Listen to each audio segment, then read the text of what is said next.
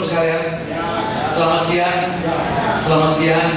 Serius sekali kita antusias dalam Tuhan. Kira kamu antusias dalam Tuhan? Awes 19 ini. Kamu antusias dalam Tuhan? Kurang keras. Kamu antusias dalam Tuhan? Saya kayak suara saya nggak pakai dua kelas. Belakang kedengeran nggak? Belakang kedengeran nggak? Hah? Kedengeran ya belakang? Ya. Kedengeran nggak? Ya sekarang bukan soal suara saya keras. Saya mau baca berkali. Jadi saya harus sini my voice terus sekali saya soal dan suara saya. Tapi saya berkata-kata bukan dengan kekuatan manusiawi saya, tapi saya berkata-kata dengan kekuatan roh yang ada dalam diri saya. Karena yang mau dibangun adalah manusia rohani saudara. Betul nggak ya? Pikiran saudara. Kalau saudara bangun pikiran saudara, saya mau kasih tahu, seminar di luar jutaan rupiah lebih buat maju, betul nggak? Betul nggak tuh? Seminar di luar jutaan rupiah kalau bisa kerjakan juga. 7 langkah kiat sukses. Siapa juga nggak mau Tuhan? Halo, betul nggak? Ya, ikuti seminar saya. Itu kan beritanya. 3 hari kalau seminar menjadi orang yang memiliki properti tanpa uang. Betul nggak? Selama ini kamu baca apa? Baca apa? Baca kita. Oh semuanya. Baca selesai. Baca dunia ada itu. 3 kali kau ke seminar ini. Seminar properti tanpa uang, tapi memiliki properti yang banyak. Yang lain jujur ini belum mau kaya. Gak ada kaya dengan cara yang cepat. Gak ada. Ada proses pembentukan. Amin. Amin. Amin. Nah, oleh karena itu kita mau belajar firman Tuhan hari ini. Mau belajar firman Tuhan. Mau belajar firman Tuhan. Haleluya. Mau belajar firman Tuhan. Haleluya. Kalau belajar tidak perlu Alkitab. Haleluya. Betul lah. Perlu hal. Selera kita apa? Perlu kita apa? Dulu ya masa sih ngajarin orang SMA SD. Kalau selain Alkitab apa lagi? Selain Alkitab apa? Selain Alkitab apa? Boleh. Haleluya. Itu nggak pernah sekolah. Boleh betul nggak? Selain boleh apa? Buku. Haleluya. Ya mengerti. Saya mau ingatkan supaya kita ke gereja jangan asal-asalan. Jangan. Gua mah kalau ke gereja ya cuma asal tidak tanda tangan aja, asal tanda tangan udah cukup lah. Terus dia kemarin gimana? Sudah ke gereja? Oh udah. Di mana? Di mall. Gimana sih? Rada damai dikit deh sebelum pergi kondangan. Kalau begitu nilai rohani kehidupan rohani itu tidak nakal juga, betul nggak? Halo, amin. Tapi kalau kau beribadah ada antusias daripada dirimu, itu saja kau perlu merenungkan firman Tuhan. Jika Tuhan katakan dengan jelas ya, janganlah kau tinggalkan ibadah-ibadah yang dibiasakan oleh beberapa orang. Kau jangan hanya hafal saja, jangan baca saja, karena firman yang tertulis itu adalah bukan kata-kata mutiara, bukan kata-kata bijak, tapi adalah firman yang keluar dari mulut Allah. Amin. Sesuatu yang keluar dari mulut Allah adalah firman dan hidup, dia adalah roh. Amin. Ada amin. Kalau dia adalah roh, memang kebutuhan kita. Saya punya roh, jiwa dan tubuh. Tubuh saya perlu makan dan perlu minum dan sebagainya. Tapi roh saya juga butuh makan. Apa makanannya? Firman Allah. Katakan amin. Saya butuh firman Allah. Waktu saya baca firman Tuhan, seharusnya itu tidak membuat saya biasa-biasa. Waktu saya baca firman Tuhan membuat saya luar biasa. Katakan amin.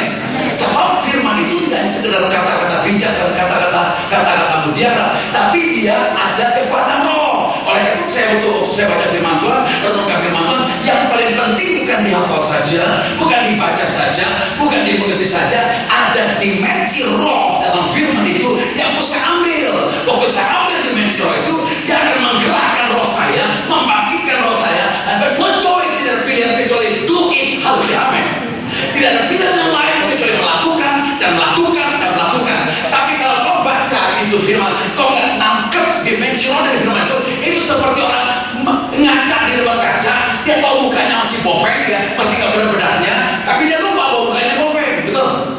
Ya musuh begitu kan, amin. Makanya banyak datang ke gereja, ibadah dan aktif dalam pelayanan, but no change, nggak berubah, karena mereka ngaca, tahu mukanya bopeng, tapi nggak diperbaiki terusnya. Haleluya.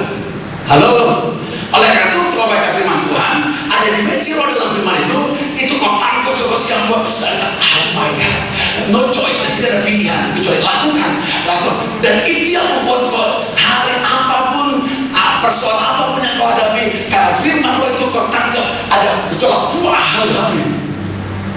Amin. Haleluya. Paham tuh sekalian? Paham ya? Paham nggak Bu? Paham nggak Bu? Contoh misalnya gini, dalam masa rumah tangga, aduh, sekarang akhir bulan ini semuanya habis. Apa yang kau buat? Haleluya. Apa yang kau buat? Ayo, caranya. Saya ingin supaya kau mengerti bagaimana manusia rohani kamu tuh benar-benar itu tuh terbangun dengan luar biasa. Apa yang kau buat? Orang ini, akhir bulan gak ada pinjam, betul nggak? Halo, betul nggak? Atau ya udah apa biasa puasa, betul nggak? Apalagi coba? Ya diirit-irit karena yang penting nyampe tanggal terakhir sebelum gajian. Paham ya? Tapi kalau kau buat secara manusiawi, kau akan capek dan gagal. Tapi kalau kau tanya Tuhan, sekarang keadaan keuangan ini jebrek, mau diapain dia begini Tuhan? Betul nggak? Betul nggak saudara? Betul nggak? Karena Allah yang tahu untuk besok, lusa, ke depan, tahun depan dan tahun akan. Tanya aja dia Tuhan. Tapi karena kita tidak membangun diri kita dengan benar, kita coba menyelesaikan dengan apa yang kita pikirkan, apa yang kita alami, ya gagal, betul nggak? Halo, paham Bapak Ibu? Paham Bapak Ibu?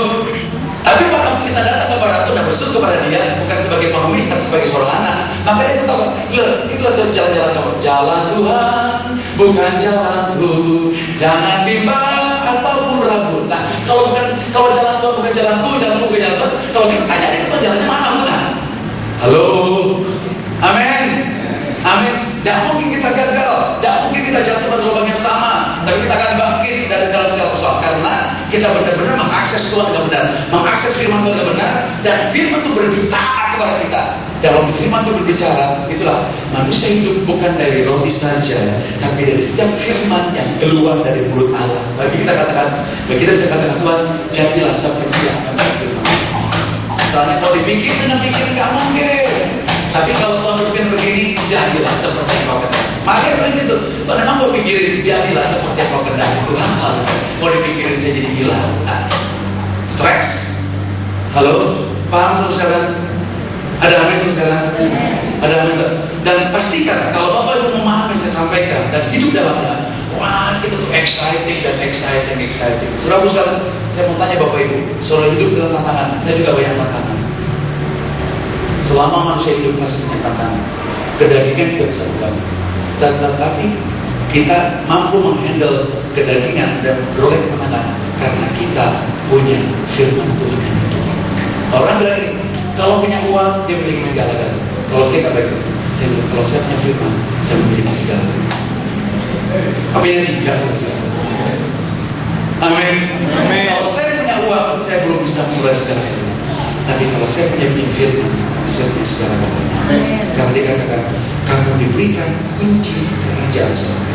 Kita bukan diberikan motor, tapi kunci motor. Artinya lebih tinggi kreditnya.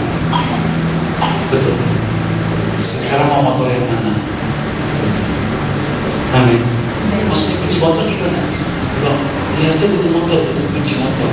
Kunci motor juga kalau udah kunci kerja surga, kau bisa mengakses ke surga. Dan Tuhan, saya membutuhkan ini, saya merindukan ini, saya butuh hikmat dalam pekerjaan, saya butuh hikmat dalam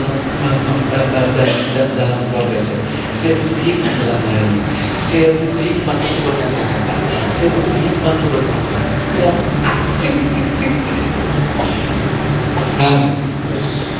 kunci itu hanya diberikan kepada anak, bukan anak terbuka. Paham? Kayak kunci itu selama kau sebagai anak Tuhan atau enggak? Ya. Tuhan keras. Ya. Anak Tuhan atau bukan? Anak Tuhan atau tangga? Anak Tuhan. Anak Tuhan atau anak tetangga? Anak Tuhan. Masih punya kunci kan? Ya. Nah saya ajar supaya kita gunakan kunci itu dengan benar. Setuju dengan saya? Kurang keras sampai. Setuju dengan saya? Amin. Hari ini kita mau belajar tentang beranak cucu lama dan bertambah banyak. Ya. Bukan berarti kayak ikut kambing terus. Tapi kita mau tahu apa tujuan Allah dalam kebenaran firman Tuhan. Satu firman Tuhan dari Kejadian pasal yang pertama. Kejadian pertama ayat 26, 27, 28. Allah sejak awal berfirman bahwa Dia ingin supaya kita menguasai bumi. ikan-ikan dan sebagainya. Dan kenapa penting? Karena Allah ingin supaya kerajaan sampai ke muka bumi lewat Adam. Dan pada hari terakhir Dia membangkitkan gerejanya supaya gerejanya memultiplikasi kerajaan surga. Jadi saya nggak yakin kalau di tempat ini umat Tuhan tidak bisa dimulihkan dan tidak bisa bermultiplikasi. Saya nggak yakin. Amin. Ada amin? Katakan amin. Ya, lihat depan. Katakan sama-sama saya. Go, make, baptize, and teach. Dia bilang pergi, ya, jadikan semua orang murid, bukan orang saja, bangsa, terus kemudian baptis mereka dan kemudian apa? Ajar. Saya mau tanya Bapak Ibu, berapa lama kita sudah belajar ayat firman Tuhan ini? How long? Berapa lama? Cuma 3 bulan. Ya, kalau kau sudah diajar 3 bulan, minimal yang terjadi di kelompok pemuridan terjadi sesuatu yang dahsyat, betul. Jadi revival kebangunan rohani, betul. Yang kedua, di dalam kelompok pemuridan engkau mulai yang belum dimuridkan, rindu, lapar, haus untuk dimuridkan. Setuju dengan saya? Yang ketiga, engkau yang sudah memuridkan, kau rindu sekali memultiplikasi, memuridkan orang lain, betul kan? Sekarang saya tanya kau, 3 bulan kau dengar ini, sudah berapa banyak melakukan?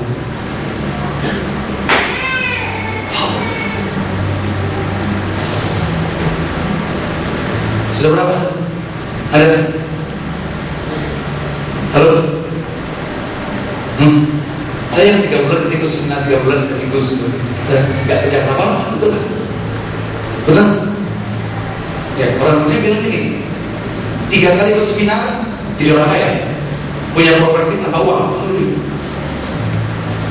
Yang satu ngajar 7 minggu, kamu 7 kali pertemuan, maka kau menjadi orang yang sukses dalam segala hal.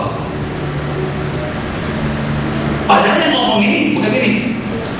Go make and baptize and teach. And I will be with you until the end of time. Yang ngomong ini bukan saya, bukan pengajar kelas kakap di Indonesia atau di Eropa atau di Australia atau di Amerika, tapi yang ngomong ini Tuhan. Amin. Yang ngomong siapa? Kurang keras. Yang ngomongnya Tuhan, bukan salah satu seorang trainer yang terkenal di Indonesia, bukan seorang coach yang berhasil di muka bumi, tidak. Iya, tetapi dia Allah semesta alam. Lah kalau Tuhan ngomong, ada gagal nggak? Kalau Tuhan ngomong, kebahagiaan sia-sia nggak? Kalau Tuhan ngomong, apakah tidak terjadi yang benar? Saya yakin banget. Kalau Tuhan ngomong pasti terjadi. Lah kalau Tuhan ngomong, kapan kita tidak bisa taat, betul nggak? Haleluya. Paham Bapak Ibu? Paham Bapak Ibu? Jadi kalau Tuhan ngomong, and now we obey, kita taat. Wow, bilang wow, akan terjadi seperti yang Tuhan firmankan. Betul nggak? Dia bilang bahwa saya bukan manusia sehingga aku berfirman dan tidak mendapat janji itu. Dialah Allah yang mendapat janji, dia tidak pernah berdosa, betul nggak? Nah kalau Allah yang ngomong, sekarang Allah ngomong atau nggak? Ngomong atau nggak? Ngomong atau nggak? Pasti akan terjadi. Nah persoalannya, yang ngomong, yang perlu kau akses itu bukan ayat hafalan, pergilah jadikanlah semua bangsa muridku dan baptislah mereka dan ajarlah mereka berapa dan akan menyertai sengaja. Bukan itu yang kita hafal toh, tapi ada dimensi roh. Dari ayat ada dimensi roh yang harus ambil, ambil, jadi dan roh saya bergelora, tidak ada pilihan yang lain kecuali lakukannya, betul nggak? Paham Bapak Ibu? Kalau paham bilang amin. Kalau belum paham saya ulang lagi 3 kali. Paham Bapak Ibu? Paham ya? Paham ya? Itu sebabnya dengan satu ayat firman Tuhan, dengan satu perkataan Tuhan, roh kita dibangkitkan berkobar-kobar luar biasa. Karena firman itu bukan menyentuh pikiran kita saja, tapi roh itu menyentuh, firman itu menyentuh roh kita. Dan waktu dia menyentuh roh kita, dia akan menyentuh jiwa kita, dia akan menyentuh tubuh kita, dan tidak ada keputusan yang lain kecuali melakukannya. Wow, luar biasa. Wow, saya jamin sama sekalian, kalau kau betul-betul serius dengan firman Tuhan ini, bukan hafal kencang, tapi ambil dimensi roh dari firman itu, ada banyak perubahan dalam diri. Ada banyak. Kalau baca misalnya, contoh misalnya, satu contohnya, di mana ada roh Allah, di sana ada kemerdekaan. Saya rasa saya belum merdeka dari satu sisi pengaturan keuangan. Saya ada yang belum beres. Waktu saya baca, di mana Allah, di mana Allah, saya mulai bersekutu dengan firman Tuhan. Tuhan, terima kasih buat firman. Firman dahsyat Tuhan, luar biasa. Ini bukan perkataan manusia, ini bukan opini manusia, ini bukan nasihat manusia, ini firman roh yang adanya. Dan saya tahu ini butuh, roh saya butuh. Saya ambil ini dan terus kalau bersekutu dengan firman Tuhan. Dan Allah bekerja bergerak dalam rohmu dan melakukan sesuatu yang baru dalam dirimu. Sifat dasar itu, wah, dipakai oleh Tuhan. Sehingga berkata Tuhan, jadilah seperti apa yang kau firmankan. Amin. Bukan gini. Masa iya sih Tuhan? Masa mungkin sih? Masa enggak. Kalau firman pewahyuan tidak meragukan, itu berikan kepastian, mengokohkan, membangun dan membangkitkan kita. Waktu firman bekerja bagi kita katakan, Tuhan, jadilah seperti yang kau firmankan. Apakah ini terjadi dari itu urusan kita? Allah tidak berurusan dengan firman. Emang gua pikir karena itu sudah bagian Tuhan, bukan bagian kita. Amin saudara. Amin. Ada amin. Ada amin. Ada amin. Misalnya sama Bapak Ibu menyekolahkan anak. Aduh, saya bisa nggak membiayai anak saya sampai selesai? Tapi selama pertama kali anak ke sekolah, engkau mendapatkan firman kebenaran. Tuhan katakan bahwa Leo anak kelas sekolah. Oke, amin. Selama anak bicara demikian, nggak penting bagaimana menyelesaikan. Yang penting adalah saya tetap percaya bahwa Tuhan pasti menolong saya untuk supaya anak saya selesai sekolah. Karena dia sudah memulai, dia melanjutkan dan menyelesaikan. Bagian saya, Lord Jesus, I believe God. Tuhan buat saya percaya dan berjalan dengan cara-cara Tuhan. Ada amin. Salah bukan usaha coba bisnis itu. Tuhan katakan, Leo bos buka bisnis. Oke, saya nggak ngerti, saya bukan orang bisnis. Tuhan, saya seorang pekerja. Saya nggak bisa Tuhan. Tapi waktu dikasih tahu, Leo bos, kau harus menjadi seorang pengusaha. Oke, kalau dia bisa demikian, go ahead Tuhan. Saya nggak ngerti ini, nggak ngerti. Tapi dalam tidak mengerti maksudnya, Tuhan bagaimana begini, bagaimana begini, bagaimana begini, bagaimana begini, bagaimana begitu, bagaimana ya beritahukan semuanya. Saya punya pengetahuan yang jauh lebih tinggi dari pengetahuan yang dibaca oleh kebanyakan orang ahli ekonomi itu. Tapi bukan berarti saya tidak baca buku ekonomi. Buku ekonomi saya pelajari untuk mengkonfirmasi jelas apa yang Tuhan katakan itu sepadan dengan yang benar di dunia. Pak, halo amin. Kurang keras amin. Amin. Are you ready? Sudah siap? Sudah siap? Oke. Kembali kita baca lagi Keluaran kejadian tadi. Kejadian, ya. Ayat 25, 26 sampai ayat 28. Satu yang keras ya. 1, 2, 3. Bu yang keras Bu ya. Ibu. Yang keras Bu ya. Oke. 1, 2, 3. Berfirman, baiklah kita menjadikan manusia menurut gambar dan rupa kita, supaya mereka berkuasa atas ikan-ikan di laut dan burung-burung di udara, dan atas ternak dan atas seluruh bumi, dan atas segala binatang melata yang melayang di bumi. 27 yang keras. 1, 2, 3.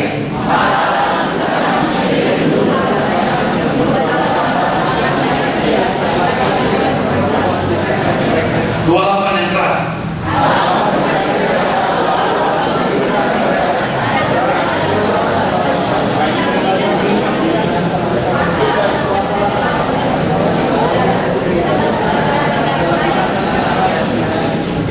Amin. Katakan amin.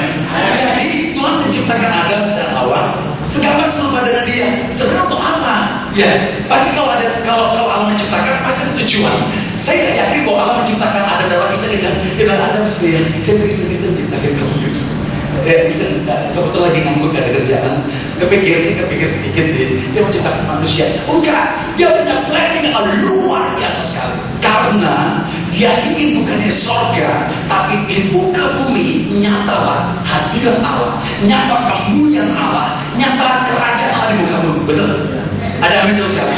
Itu soalnya dia menciptakan Adam. Dia bilang Allah menciptakan Adam segambar serupa dengan Dia. Kenapa segambar serupa? Soalnya kalau nggak segambar serupa, maka pengelolaan Allah terhadap bumi nggak bisa tercapai. Kalau Dia tidak menciptakan manusia segambar serupa dengan Dia, hanya manusia segambar dengan Allah, maka Dia mampu mengelola apa yang terkelola. Betul nggak? Ada amin sekali. Ada amin. Apa tujuan Tuhan? Mari kita buka Kejadian 2 ayat 15. Ibu-ibu aja ya. 1, 2, 3. Tuhan Allah untuk mengusahakan dan memelihara bersama-sama Bapak Ibu semuanya. Jadi 1, 2, 3. Tuhan Allah mengambil manusia itu dan menempatkannya dalam taman Eden untuk mengusahakan dan memelihara taman itu. So bayangkan Allah menciptakan Adam. Waktu dia menciptakan Adam dan Hawa, dia diambil, diletakkan taman Eden untuk mengusahakan dan memelihara taman itu. Saya mau kasih tahu Bapak Ibu, ya Adam nggak mungkin bisa, karena dia bukan ahli peternakan, bukan ahli pertanian, bukan ahli biologi. Betul nggak? Nih, saya bertanya teknik, disuruh nanam-tanaman, ya kita ngerti, betul nggak? Halo, nggak expert saya nggak ahli gitu. Nah sekarang Adam diambil terus diletakkan taman Eden. Adam tolong ya, kelola tuh, usahakan taman Eden. Yang kedua, kalau usaha pelihara ya. Nah gimana dia pelihara? Misalnya gini, ada daun-daun itu, pohon-pohon itu kuning. Dia bilang gini, ya kan kuning, potong aja. Tapi mau artinya kan, diserper lagi dengan nitrogen, betul nggak? Diserper lagi dengan fosfor, betul nggak? Paham nggak Bapak Ibu? Betul nggak? Dan lalu gini, ya nanti dia bingung. Dan saya pikir Anda bisa, oh kalau gitu dikasih insektisida. Dan zaman dulu belum tahu yang begitu, betul nggak? Tapi kenapa ada expert? Kenapa ada bisa? Karena bagaimana Allah mengelola tanaman itu, begitulah dipikirkan dari Adam. Keren nggak? Keren nggak? Keren nggak? Dikasih itu Eden. Eden itu bukan seluas halaman rumah saya, saudara. Eden itu bukan seluas ruangan ini, bukan. Eden itu seluas satu negara Irak dan Irak. Itu luas kilometer, puluhan kilometer. Sekarang ini ada di Eden Tengah, di Eden Selatan itu ada banjir. Gimana penanggulangannya? Sulit kan betul? Mari kita bayangkan dengan jangan Allah menempatkan taman Eden. Oh enak betul ya. Ada wortel, ada buah ini. Terlalu tuh ada tuh dia makan buah yang terlarang. Jangan dong, cukup dong apel, cukup dong buah anggur. Bukan itu ceritanya, bukan. Tapi besar bahwa nanti di Eden Selatan, katakan Eden Selatan jadi kemarau. Gimana cara dia handle? Betul nggak? Gimana? Dia kan terbatas. Gak sulit karena dia dicipta pada Allah sebagai manusia rohani. Di gudang tanah roh Allah masuk, maka roh Allah yang tinggal dalam diri Adam bisa mengakses kepada Tuhan, betul nggak? Si Adam begini, Tuhan, gimana nih pengelolaan taman Eden? Tuh, Adam saya mau kasih tahu, di sebelah itu, di sebelah Eden Selatan itu kekeringan besar. Karena Adam nggak begini, oh Tuhan, matilah semua binatang di situ. Kau ciptakan kembali Tuhan, mati itu belum beranak-beranak binatang gimana? Dia nggak merengek, dia tanya Tuhan gimana handle betul? Betul kan? Dia bilang, Tuhan, saya rada ngerti menghandle itu dengan hujan. Aku minta hujan turun. Apakah dia merengek? Enggak juga. Karena dia paham. Dia paham apa yang menjadi isiannya Allah untuk menghandle yang namanya kekeringan di Selatan Tengah. Tapi tidak selamanya begitu. Pada di Eden Barat katakanlah terjadi kekeringan besar. Tapi dia nggak. Tapi satu sisi dia nggak lagi dengan tak hujan. Bisa saja dong ada sungai. Warnanya mengairkan sungai itu nggak? Jadi semuanya bekerja sama. Hal sama juga demikian. Saya punya persoalan dalam keluarga. Saya punya persoalan bekerja. Satu sisi tangan saya bisa bekerja, otak saya bisa bekerja, semua bisa bekerja. Tapi di satu sisi ada yang tidak mampu. Roh saya bersumber roh Allah mengakibatkan saya memahami cara yang paling detail untuk menghadapi pekerjaan saya, betul nggak? Itulah kerinduan Tuhan. Sehingga saya bilang, oh Tuhan thank you. Kalau yang namanya Adam dengan Hawa, dia bisa tahu kok Eden itu semuanya. Dia tahu dari mana, saudara? Itu berkilo-kilo, 20 kilometer, saudara. Depan rumahnya taman kita nggak bisa urus. Ini kilometer, seluas Iran dan Irak itu luas nggak bisa diatur, saudara. Tapi dia tahu, dia ngatur itu dengan pikiran Tuhan, dengan keinginan Tuhan. Sehingga apa yang terkatakan itu dia kerjakan. Dia bisa handle semuanya. Wah, keren banget sama saya. Dan keren luar biasa. Bilang keren luar biasa. Keren luar biasa. Keren luar biasa. Bapak jangan gitu. Ini pekerjaan numpuk di kantor saya. Ini saya buka bisnis banyak masa gini. Tanya aja ke dia, betul nggak? Haleluya. Mungkin baru harusnya nggak bang. Tanya orangnya expert. Betul, saya setuju. Tanya orang expert.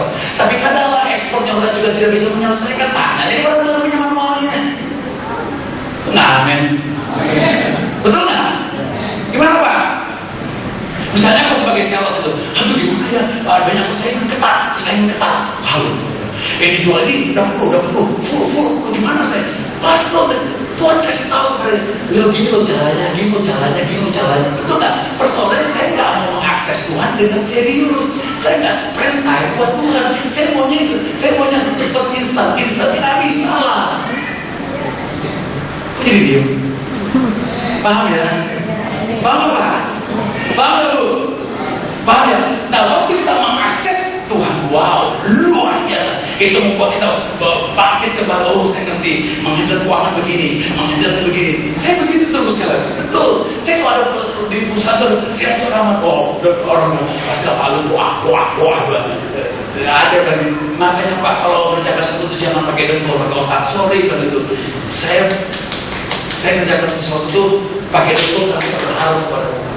Sebenarnya bisa dengan otak saya sendiri, tapi saya mau mengandalkan Tuhan karena saya adalah manusia rohani dan Tuhan menyasih pekerjaan buat saya. Saya harus bertanggung jawab kepada Dia karena cara-cara saya belum tentu bisa menyelesaikan persoalan, tapi cara-cara Dia adalah cara jiwa dan sangat akurat.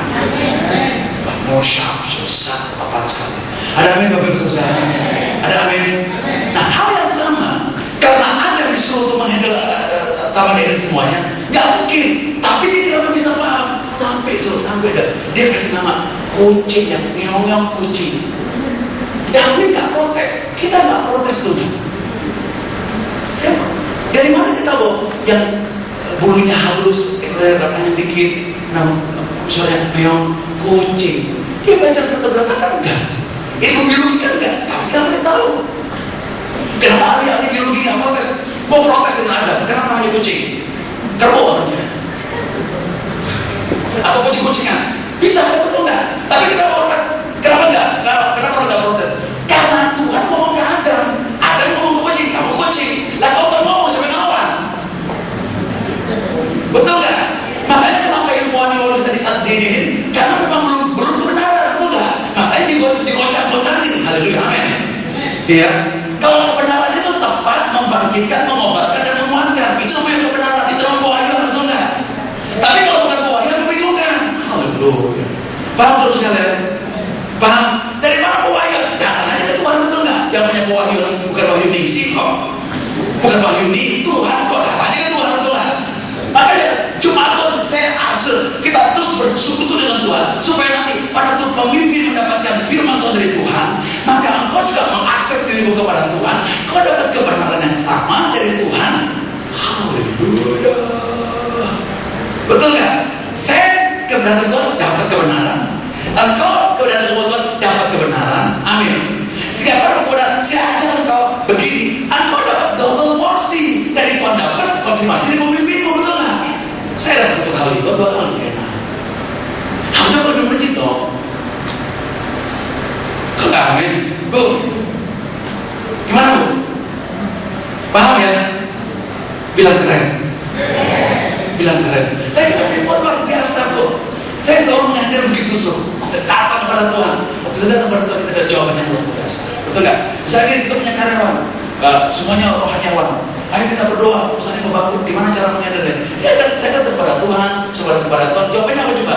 Perusahaan ini memang mau bangkrut, tapi Brody, kinerjanya boleh diperbaiki karena ini soal besar.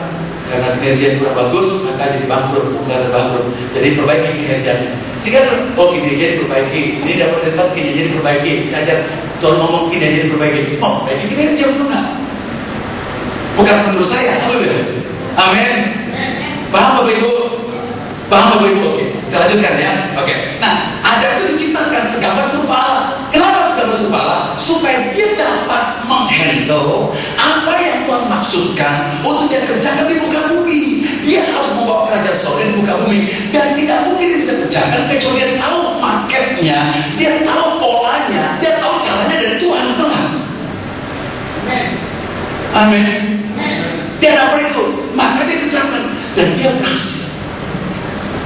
Tujuannya apa sih? Kita lihat kejadian satu tadi. I don't know. Berfirmanlah Allah, baiklah kita menjadikan manusia menurut gambar dan rupa kita.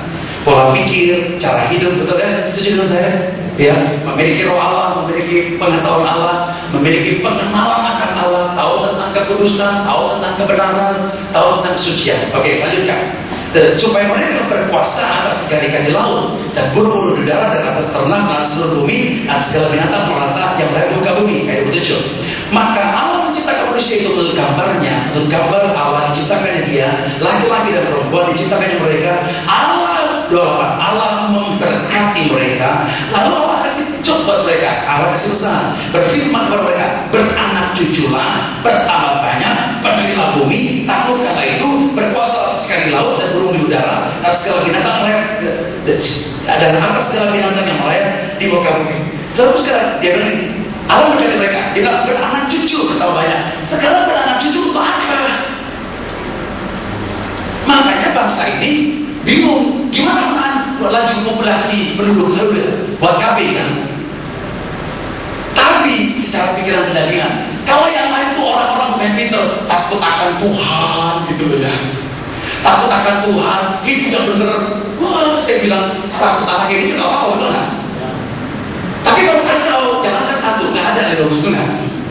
Halo, paham Bapak Ibu? Paham ya? Hal yang sama, tapi kalau beranak cucu, karena dalam pikiran Allah hanya keturunan Adam lah yang mampu membawa kerajaan surga. Karena dalam pikiran Adam, dalam perasaan Adam, dalam roh Adam, ada pikiran Allah, ada perasaan Allah, ada pengetahuan Allah, ada kekuatan Allah, ada cara-cara Allah Tuhan. Sehingga Allah ingin supaya itu disampaikan kepada anaknya Adam, dan anak Adam itu beranak cucu. Terus kemudian dia membuat bumi ini, Eden ini penuh dengan pengenalan akan Tuhan. Ada amin. Kenapa Allah berani? Karena Allah menciptakan Adam segala serupa dengan dia. Berarti dia punya pola Tuhan, punya pikiran Tuhan, punya gaya Tuhan, punya cara-cara Tuhan, punya pengetahuan Tuhan. Buktinya dia kasih tahu di namanya kucing, betul kan? Dia bisa menghandle tanaman Eden, haleluya, betul. Tapi Adam jatuh dalam dosa. Nah, sejak Adam jatuh dalam dosa, maka pengetahuan akan penggunaan Tuhan akan hilang semua sekali, menyebabkan bumi tidak dipenuhi dengan orang-orang takut akan Tuhan, tapi dipenuhi dengan orang yang berantem. Anaknya juga berantem, betul nggak? Ya, nah sekarang kalau gitu apa planning Allah? Allah harus membangkitkan gerejanya. Engkau dan saya yang memiliki pola pikir, memiliki gaya hidup dan pandangan-pandangan surga. Benar. Contoh, saya kerja bukan untuk mendapatkan uang, tapi saya kerja untuk meluaskan kerajaan surga. Maka saya beruang. Karena firman Tuhan katakan, cari dulu kerajaan Allah dan kebenarannya, maka semua ditambahkan padamu. Jadi kalau saya bekerja bukan untuk menerima gaji sebulan sekali, saya bekerja untuk memperluas kerajaan surga. Maka karena saya jadi kerajaan surga, Tuhan menambahkan segala sesuatu yang saya butuhkan untuk membawa kerajaan surga di kantor saya. Jadi beda polanya, beda dengan pola dunia, pola dengan pola kita.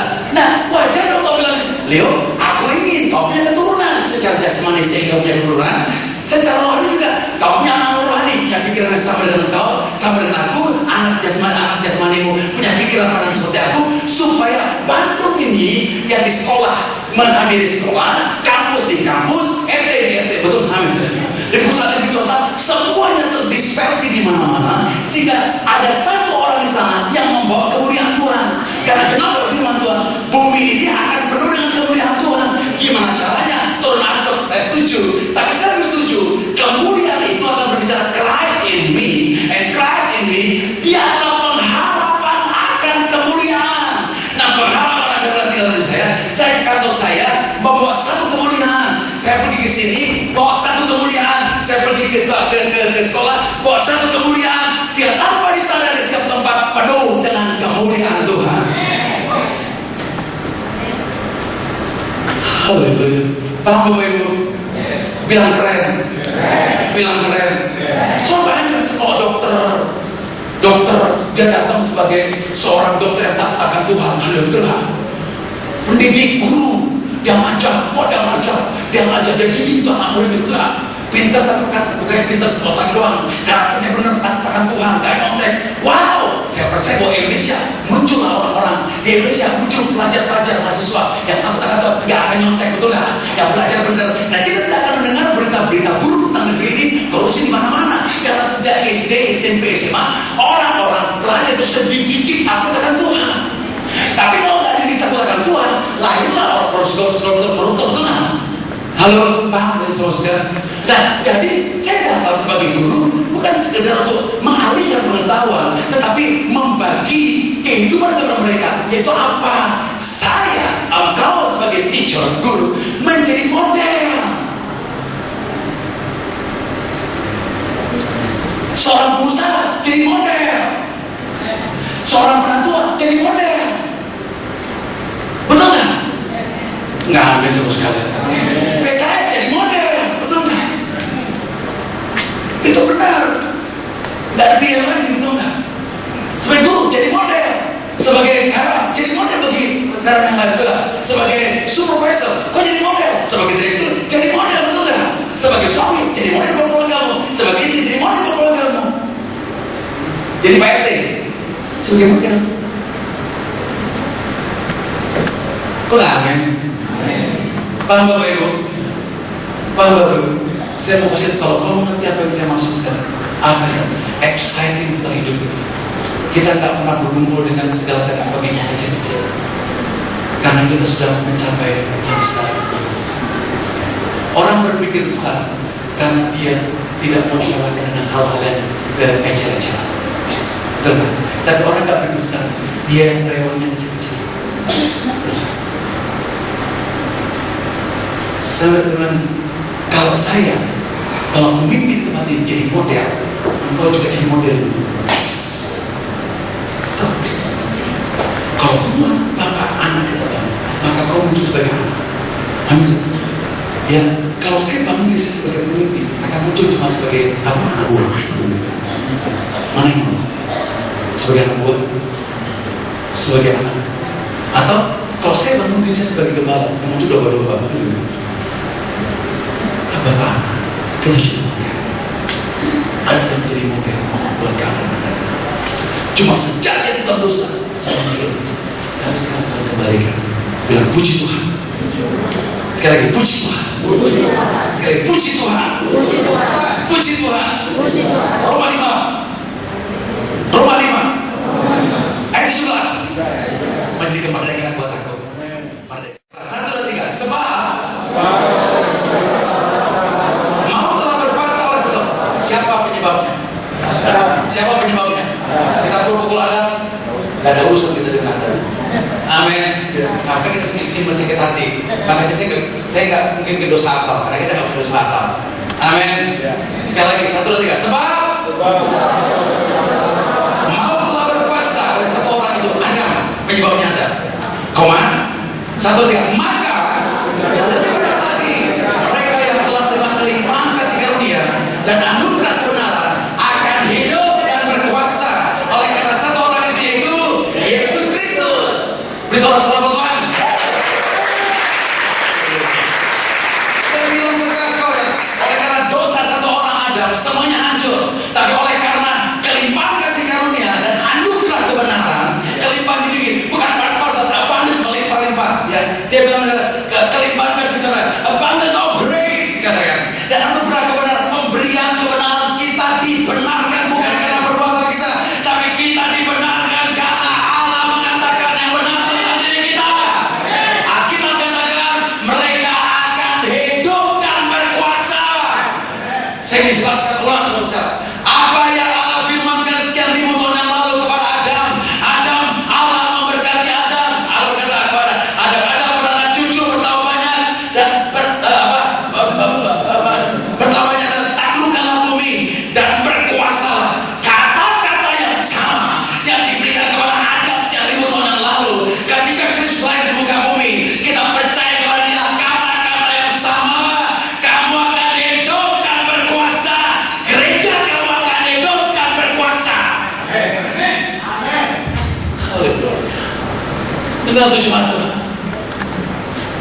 Ya, Tuhan ingatkan sekarang ini, tahun ini adalah Tuhan akan membalaskan segala pekerjaan musuh-musuh kita yang mengejek kita selama ini. Karena hari pembalasan itu adalah dari Allah kita. Allah selalu concern dengan orang lemah yang tidak berdaya, janda, fakir miskin. Dan pada saat kita terpuruk, kita nggak mengerti apa-apa. Saya dan kau hanya bisa 70%. Allah yang mengerjakan 30%. Sehingga kemuliaan bukan buat manusia, tapi kepada Allah. Itulah yang dinantikan oleh bangsa-bangsa pada waktu Paulus menciptakan kebenaran. Oleh karena satu orang, gara-gara Adam semuanya hancur. Tapi gara-gara satu orang kita mengalami kelimpahan kasih karunia dan anugerah kebenaran. Namanya Yesus. Kau hidup dan berkuasa. Kau bisa beranak cucu. Bisnismu penuh kuasa. Your family full with power. Keluarga penuh dengan kuasa. Ya, sebagai seorang karyawan, sebagai seorang profesional, maka engkau menjadi orang yang berkuasa. Sebagai seorang guru kau mengajar berkuasa. Sebagai seorang pemimpin dalam pelayanan kau bisa mengajar dengan kuasa. Sebagai suami kau bisa mendidik rumah tangga dengan penuh kuasa. Amin. Ada amin. Sebagai seorang PKS engkau memimpin penuh kuasa. Karena kenapa? Bukan karena arogansi engkau, tapi berdasarkan pengenalan akan Tuhan sudah berubah lebih akurat. Amin. Saya bisa memimpin tapi dengan tangan besi, karena saya tidak memahami bahwa saya harus memimpin dengan kekuatan Allah. Saya bertanya dengan Allah, saudara, saya tanya apa saya lakukan, apa yang terjadi? Waktu Allah memimpin, waktu saya memimpin, sampai sebentar memimpin karena instruksinya jelas. Maka katakan, aku beri kau kuasa. Wow, keren lah. Kurang keren. Supaya kenapa? Kita melahirkan anak cucu secara jasmani atau secara rohani yang membawa nilai-nilai kerajaan surga untuk terdispersi, dilepaskan dimanapun itu berada.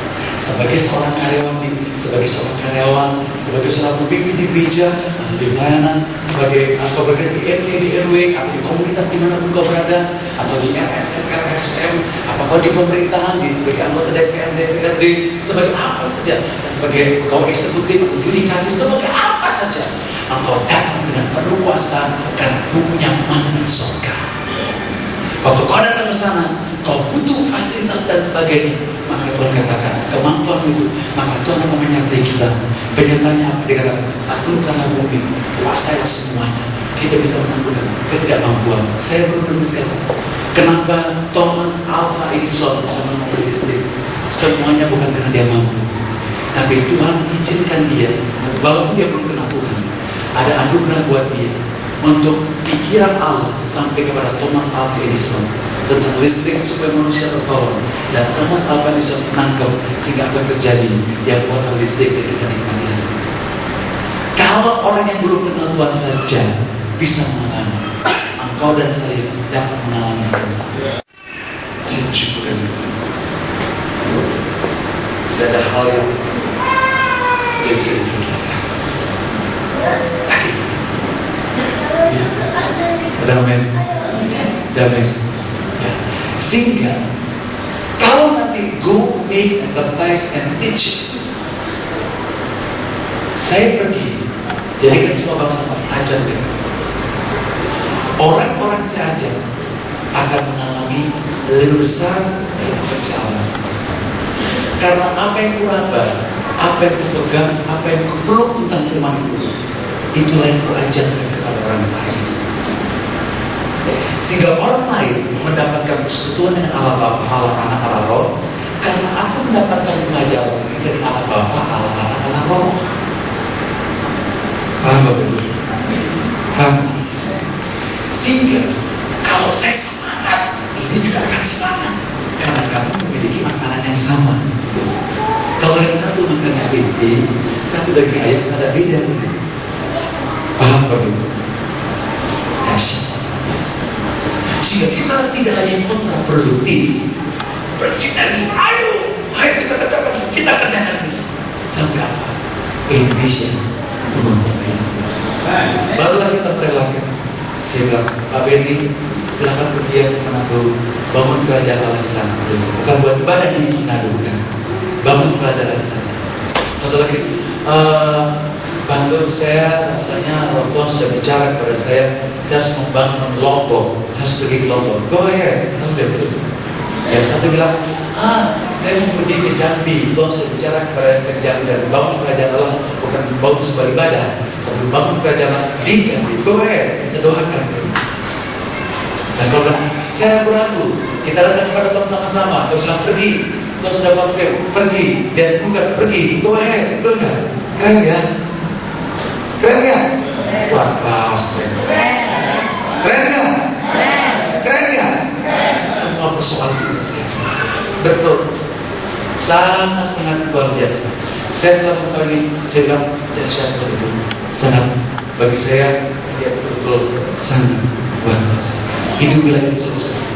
Keras ya, 1, 2, 3. Dan betapa hebat kuasanya bagi kita yang percaya, sesuai dengan kuasanya yang dikerjakannya dalam Kristus dengan membangkitkan dia dari antara orang mati dan keras. 21 jauh lebih tinggi dari segala pemerintah dan penguasa dan kekuasaan dan kerajaan dan tiap-tiap nama yang dapat disebut, bukan hanya di dunia saja, melainkan juga di dunia yang akan datang dua-dua. Dan segala sesuatu telah diletakkannya di bawah kaki Kristus, dan dia telah diberikannya kepada jemaat sebagai kepala dari segala yang ada. 23 jemaat yang adalah tubuhnya, yaitu kepenuhan dia yang memberi semua dan segala sesuatu. Jadi engkau dan saya sebagai jemaat adalah kepenuhan Kristus yang memberi semua dan segala sesuatu. Jadi kalau si Adam dia gagal untuk semuanya itu, kita nggak gagal karena Kristus di dalam diri kita. Dia akan bawa kita sampai ujung yang terakhir mengalami kepenuhan Kristus, memberi semua dan segala sesuatu. Kenapa kepenuhan Kristus? Karena kita dapat memahami tentang Allah kalau kita melihat Kristus. Allah Bapa, Allah Kudus, saya nggak bisa lihat, tapi kepenuhan kealahan itu sepenuhnya ada pada pribadi manusia, Yesus Kristus. Itu sebabnya saya memiliki idol, memiliki model, yaitu Yesus itu. Sehingga akhirnya kita dibawa memuridkan orang, dibentuk sama Tuhan, memuridkan orang, dimuridkan sampai kapan? Sampai seluruh aspek hidup kita mengalami kepenuhan Kristus yang memberi semua dan segala sesuatu. Sampai dari Sabang sampai Merauke, di Pulau Sumatera ada kemuliaan Tuhan melalui gereja. Pulau Jawa ada kemuliaan Tuhan. Kalimantan, Sulawesi, Ambon, NTB, ya, Papua, ada di seluruh tempat ada kemuliaan Tuhan. Bukan bentuk asap yang turun, tapi ada anak-anak Tuhan yang takut akan Tuhan, yang sudah kita didik, yang kita ajarkan, yang kita berikan, dan mereka mulai memuridkan Papua, memuridkan NTB, kita memberikan orang seperti ini pergi lagi, sehingga kita benar katakan bumi ini akan penuh dengan kemuliaan. Amin. Setuju dengan saya? Setuju, paham ya?